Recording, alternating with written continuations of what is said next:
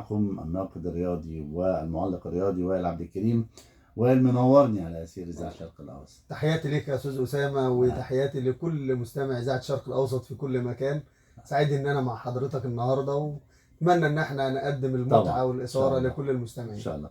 وائل، الزمالك ونهضة بركان كانت مباراة قوية، وشفنا هدف ايضا للجزيري، والامور ماشية بشكل جيد جدا في المباراة الاولانية. ونادي الزمالك يعني كيرفو طالع، ده حاجة احنا لمسنا وشايفينها، ونتمنى ان هي تفضل موجودة.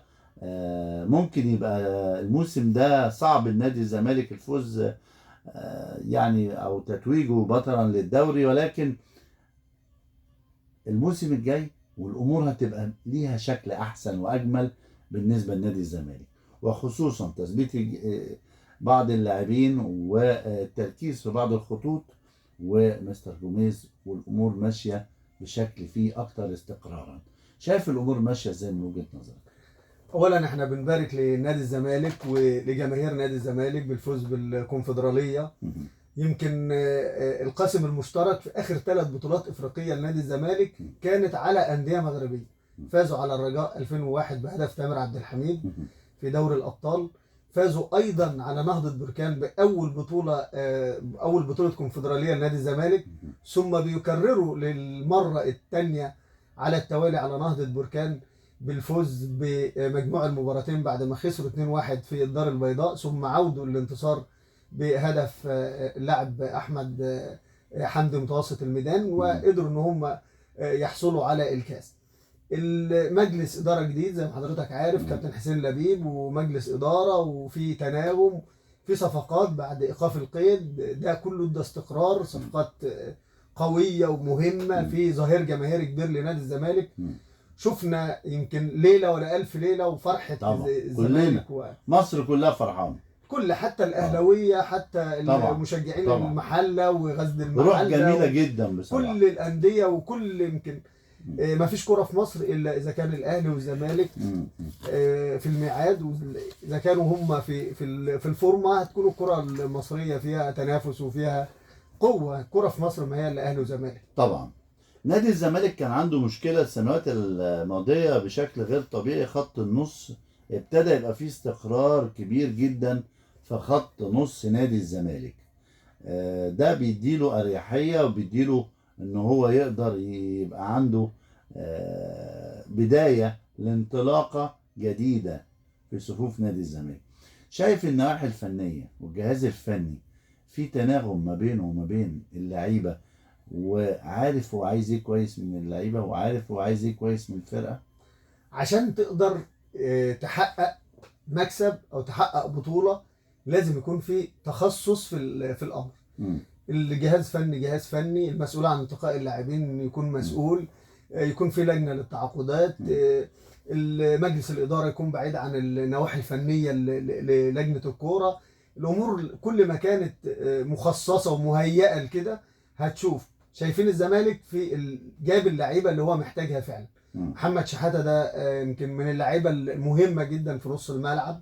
يمكن احمد حمدي اللي سجل الهدف اللي يساوي البطوله اصيب بالرباط الصليبي، ويمكن اجرى العمليه، نتمنى له السلامه. ومن هنا يعني بضم صوت الاستاذ اسامه ابو زينه واستاد الشرق كله، اتمنى ليه الشفاء. ولعيب من اللاعيبه يا استاذ اسامه اللي حظها وحش، يعني بس امكانياته يعني ممتازه. يعني هو من ناشئ الاهلي، لعب في الاهلي، خرج لعب في مونتريال في المكسيك، لعب في امريكا، لف لعيب مجتهد، انضم المنتخب لاكتر من مره. لكن الاصابات بتيجي في اوقات حساسه، في الوقت اللي هو خلاص بدا ينور وبدا يظهر بلغه الكوره، تبدا اصابه تعطله شويه، لكن ولسه صغير في السن وان شاء الله يعود. ايضا محمد شحاته، شفنا احمد حمدي، عبد الله السعيد واحد من الخبرات. يمكن مجموعه من العناصر اللي بدات تدي ثقه، بدانا نشوف في اتزان، بدانا نشوف لاعيبه الزمالك. كان المشاكل الماديه والامور اللي كانت قبل كده طبعا يمكن الكونفدراليه هتضخ اموال، هيقدر يسوي يمكن الامور الخاصه باللاعب المغربي خالد بوطيب، كل الامور اللي هم ميراث الغضب زي ما بنقول، اللي ورثوا مجلس اداره الكابتن حسن لبيب، وغير مسؤول عنه، ولكن كابتن حسين لبيب كابتن طبعا. حسين لبيب، اه. ولكن هو وجد نفسه اجباريا امام امتحان من مم. اسئله مفروضه عليه لازم يجاوبها، مم. لان جماهير الزمالك مش هترضى غير بالبطولات. مم. عندها فريق محترم، عندها لاعبين، عندهم جماهير، عندهم كل حاجه لا ينقصهم. مم. وخلي بالك انه يعني كان في لقطه كل الناس اتكلمت عنها، لقطه اللاعب ياسين البحيري مع نبيل عماد دونجا طبعا. واللاعب يعني مم. يمكن انقذه، ان دي كان ممكن تكون اصابه خطيره جدا جدا لنبيل طبعا. عماد دونجا، مم. لكن اللاعب بمنتهى الاخلاق. الاخلاق اللي هي يعني من اجل ذلك تلعب كره القدم. مم. احنا بنعلم ولادنا ان الرياضه مش حصد للكؤوس قد ما طبعا. هي تهذيب للنفوس. مم. ازاي انك تسيب انطباع طيب، ده اهم مليون مره من الكاس. طبعا. انك تحافظ على لاعب زميل طبعا. بصرف النظر عن النتيجه كام ومين كسبان ومين خسران، وهويته طبعا. لكن طبعا. هي الكره كده وهي الرياضه كده، وعشان كده اللاعب ده يمكن انا شفت النهارده مجلس اداره نادي الزمالك وجه خطاب شكر للاعب على موقفه مع دونجا، وقد ايه طبعا الموقف ده موقف ايجابي جدا. لازم كل لعيبتنا ولازم الدوريات كلها سواء في مصر الدرجه الاولى والدرجه الثانيه او الدوريات الممتاز، لازم يبقى عندنا فكر رياضي. الفكر الرياضي ده مهم جدا.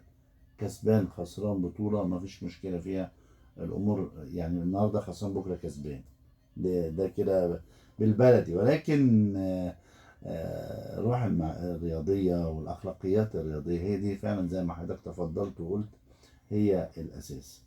شايف من وجهه نظرك كده نادي الزمالك ينقصه خطوطه ايه اللي ممكن يبقى فيه تدعيمات الفتره الجايه دي؟ هو الزمالك محتاج لمساك، خاصة ان الونش مصاب يمكن 2 رباط صليبي فتأخر. مم. كان بيلعب المتلوتي اللاعب التونسي بيلعبه كقلب دفاع وده مش مركزه، مم. لكن هو اجاد، ومن اسباب تواجد الزمالك ان هو وصل لمنصة التتويج مم. هذا اللاعب. مم. يمكن مباراة ارتا سولار في بس البداية، هو اللاعب ده لو في مركزه الطبيعي ممكن يغير شكل حاجات كتير. هو انت محتاج فريق البطل مم. لازم يكون عنده بنك احتياطي بدايل طبعا. قوي، طبعا. لان انت في ظروف كتير انت بتعرض للاصابه لاعب، بتجد نفسك اجباريا لازم تعمل تغيير، تعديل، تبديل، في اصابات، في غيابات، في بطولات كتير بتلعب فيها، خاصه الاهلي والزمالك والانديه اللي بتلعب في افريقيا بيراميدز. فلازم يكون عندك بدلاء على قد المسؤوليه، وقت ما تطلبه يكون موجود، ويكون في روتيشن، والمدير الفني يقدر يعمل عمليه تدوير، ويكون اللعيبه كلها على خط واحد. في اي وقت هتحتاج اللاعب هتلاقيه. الزمالك محتاج فرود، محتاج تدعيمات في خط الظهر، لكن شايف وسط الملعب ما شاء الله في كتيبه من اللاعبين. نبيل عماد دونجا بدأ مستواه يتطور بشكل كبير جدا في الفتره الاخيره. مم. محمد شحاته لاعب صغير ويمكن مستقبل نص الملعب في مصر. اللاعب احمد حمدي ربنا يرجعه بالسلامه. ان شاء الله. فكل اللعيبه يمكن جماهير الزمالك في كل مكان يمكن بتنقل لك التحيه طبعا. وهم لا.